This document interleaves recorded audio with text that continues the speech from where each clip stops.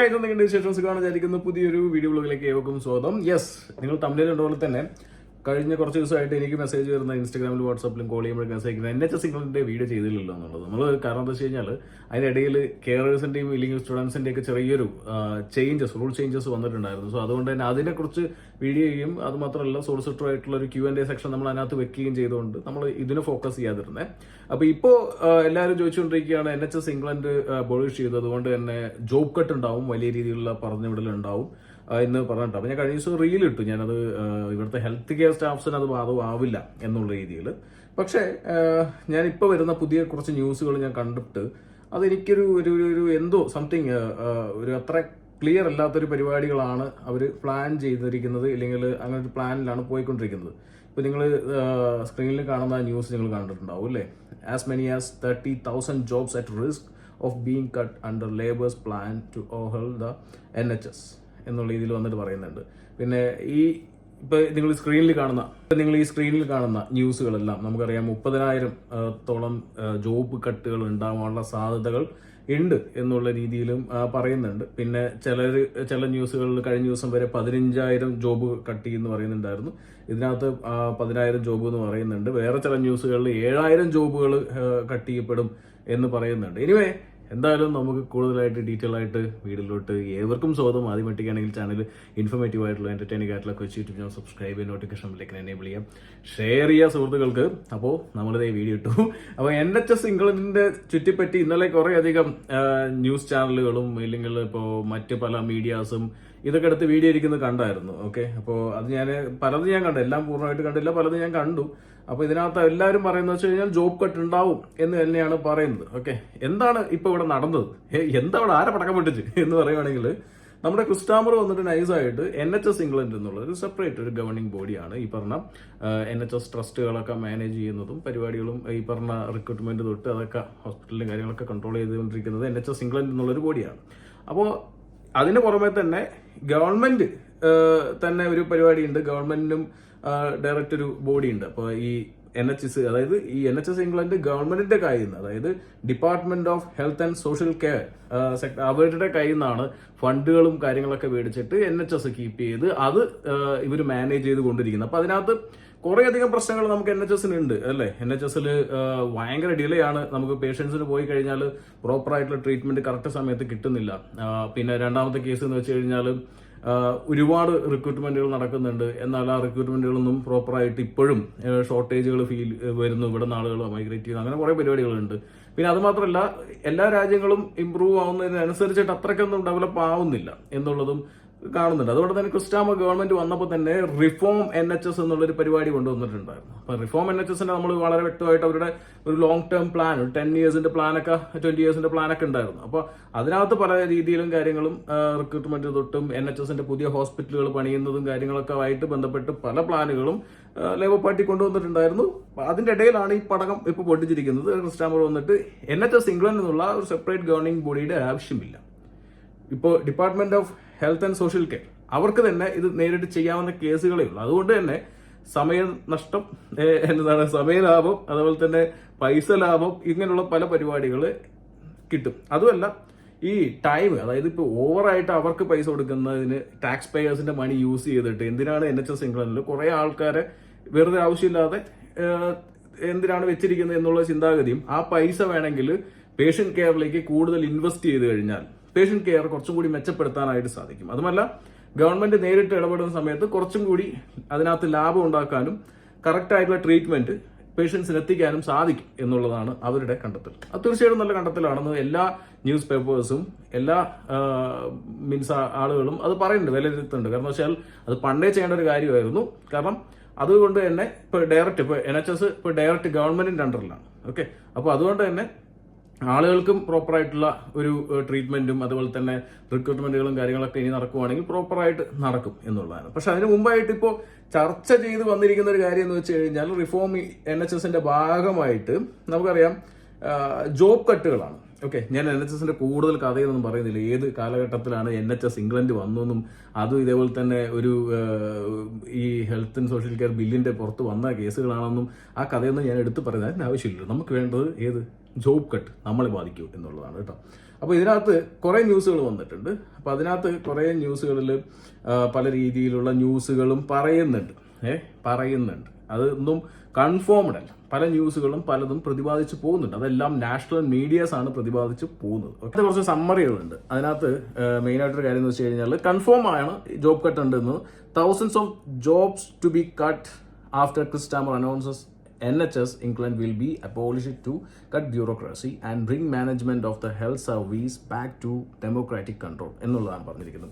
നല്ല തീരുമാനമാണ്. പക്ഷെ അതിനകത്ത് കുറേ ആളുകളുടെ ജോലി പോവും. അതായത് ഇടയിൽ ഈ ഒരു സെപ്പറേറ്റ് ഒരു ട്രസ്റ്റ് ഇല്ലെങ്കിൽ ഒരു സിസ്റ്റം വെച്ചിരിക്കുന്നതുകൊണ്ട് തന്നെ ആ സിസ്റ്റം റൺ ചെയ്യാനായിട്ട് ഒരുപാട് പേരെ എടുത്തിട്ടുണ്ട്, ഇൻക്ലൂഡിങ് മാനേജ്മെന്റ് സ്റ്റാഫുകൾ തൊട്ടും അതുപോലെ തന്നെ പല സ്റ്റാഫുകളെയും അവിടെ എടുത്തിട്ടുണ്ട്. ഓക്കെ, അവിടത്തുള്ള ആളുകളുടെ ജോലി പോകാനുള്ള ഒരു 7,000 തൊട്ട് 15,000 വരെ ജോലി നഷ്ടപ്പെടാനുള്ള സാധ്യതകളുണ്ട്. അപ്പോഴും ഇപ്പോൾ department of health and social കെയറിലേക്ക് അവിടെ ഇനിയും ഇതേപോലെ എല്ലാ ട്രസ്റ്റും റൺ ചെയ്യണമെന്നുണ്ടെങ്കിൽ അവിടെയും ആളുകളെ വേണം. അപ്പോൾ പൂർണ്ണമായിട്ടല്ല, ഇതിനകത്ത് ചിലപ്പോൾ ഒരു 15,000 എന്ന് പറഞ്ഞാൽ ചിലപ്പോൾ പകുതിയോളം ആളുകളെ ഈ ഡിപ്പാർട്ട്മെന്റ് ഓഫ് NHS ഇപ്പോൾ സോഷ്യൽ ഹെൽത്ത് ആൻഡ് സോഷ്യൽ കെയറിലേക്ക് എടുക്കാൻ സാധ്യതയുണ്ട്. ഓക്കെ, അങ്ങനെ പറയാൻ പറ്റുള്ളൂ, അല്ലാതെ പറഞ്ഞിട്ടുമുണ്ട്. അപ്പോൾ അതുകൊണ്ട് തന്നെ എടുക്കാനുള്ള ചാൻസുകളുണ്ട്. എന്നാലും ഒരു 7,000 തൊട്ട് 15,000 വരെ ചിലപ്പോൾ പോവാം എന്നുള്ളതാണ്. അതുമല്ല, മറ്റൊരു ന്യൂസിനകത്ത് നമുക്കറിയാം ഒരു 30,000 ജോബ് കട്ട്, അതായത് ഈ പറഞ്ഞ NHS ഈ പറഞ്ഞ റിഫോമിന്റെ ഭാഗമായിട്ട് കട്ടുണ്ടാവും എന്നുള്ളതാണ് പറയുന്നത്.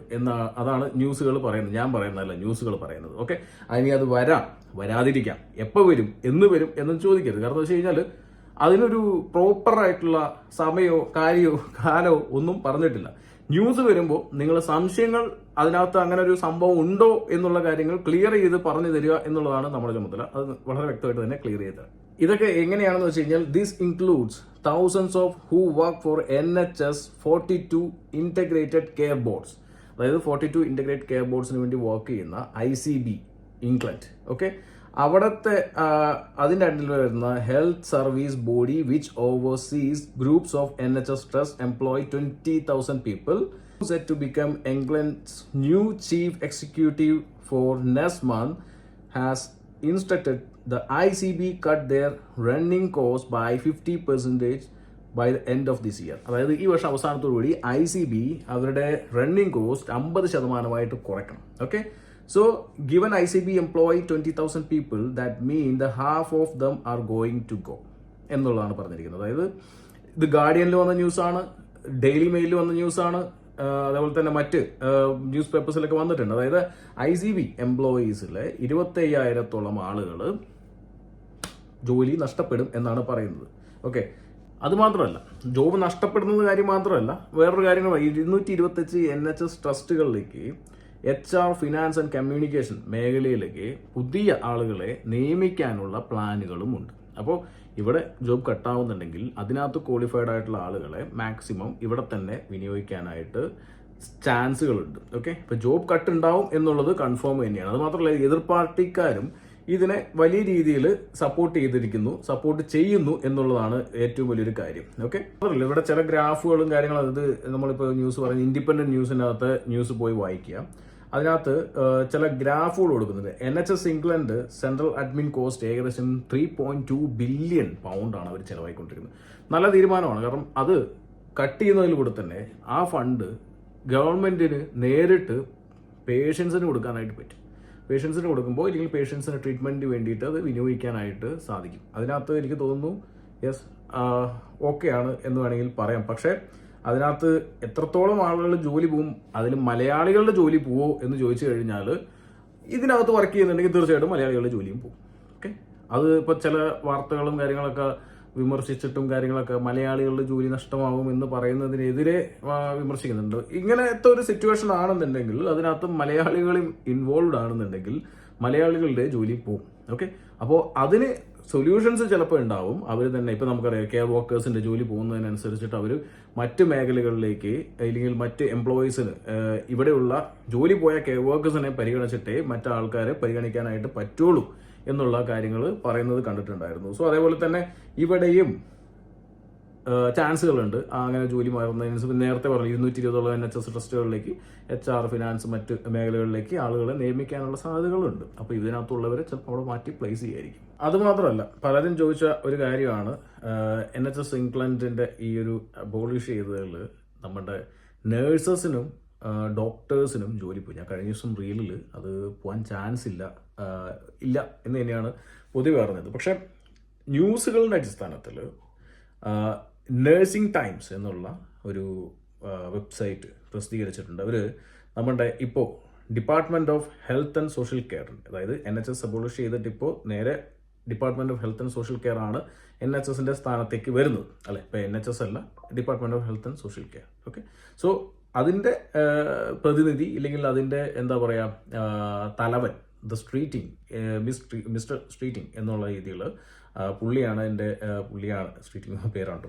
സോ അത് പറഞ്ഞിരിക്കുന്നത് വെച്ച് കഴിഞ്ഞാൽ potential nurse job losses from NHS reform. അതിനകത്ത് പോസിബിലിറ്റീസ് ഉണ്ട് നേഴ്സസിൻ്റെയും ഡോക്ടേഴ്സിൻ്റെയും ജോബ്സ് പോകാനായിട്ട്. അത് LBCക്ക് കൊടുത്തിട്ടുള്ള ഒരു ഇൻ്റർവ്യൂവിലാണ്, അല്ലെങ്കിൽ LBCയിലെ അവതാരകന്റെ ചോദ്യത്തിനാണ്. ആദ്യം പുള്ളി പ്രോപ്പറായിട്ട് അതിന് ആൻസർ ചെയ്യാൻ തയ്യാറായില്ലെങ്കിലും പുള്ളി പറഞ്ഞിരിക്കുന്നത് വെച്ച് കഴിഞ്ഞാൽ ഇത്രയേ ഉള്ളൂ: ചില സ്ഥാപനങ്ങളിൽ ആവശ്യത്തിലധികം ഇല്ലെങ്കിൽ അവിടെ ആവശ്യമില്ലെങ്കിൽ അവരുടെ ജോലി പോവും എന്നുള്ളതാണ് പറഞ്ഞിരിക്കുന്നത്. അപ്പോൾ പൂർണ്ണമായിട്ടും എല്ലാവരുടെയും ജോലി പോകുന്നല്ല, അങ്ങനെ പോകാൻ സാധ്യത വളരെ കുറവാണ്. കാരണം ഫ്രണ്ട് ലൈൻ സ്റ്റാഫാണ്, കോവിഡ് വന്ന സമയത്ത് എടുത്ത് തലയിൽ വെച്ച് ആരാധിച്ചവരാണ്.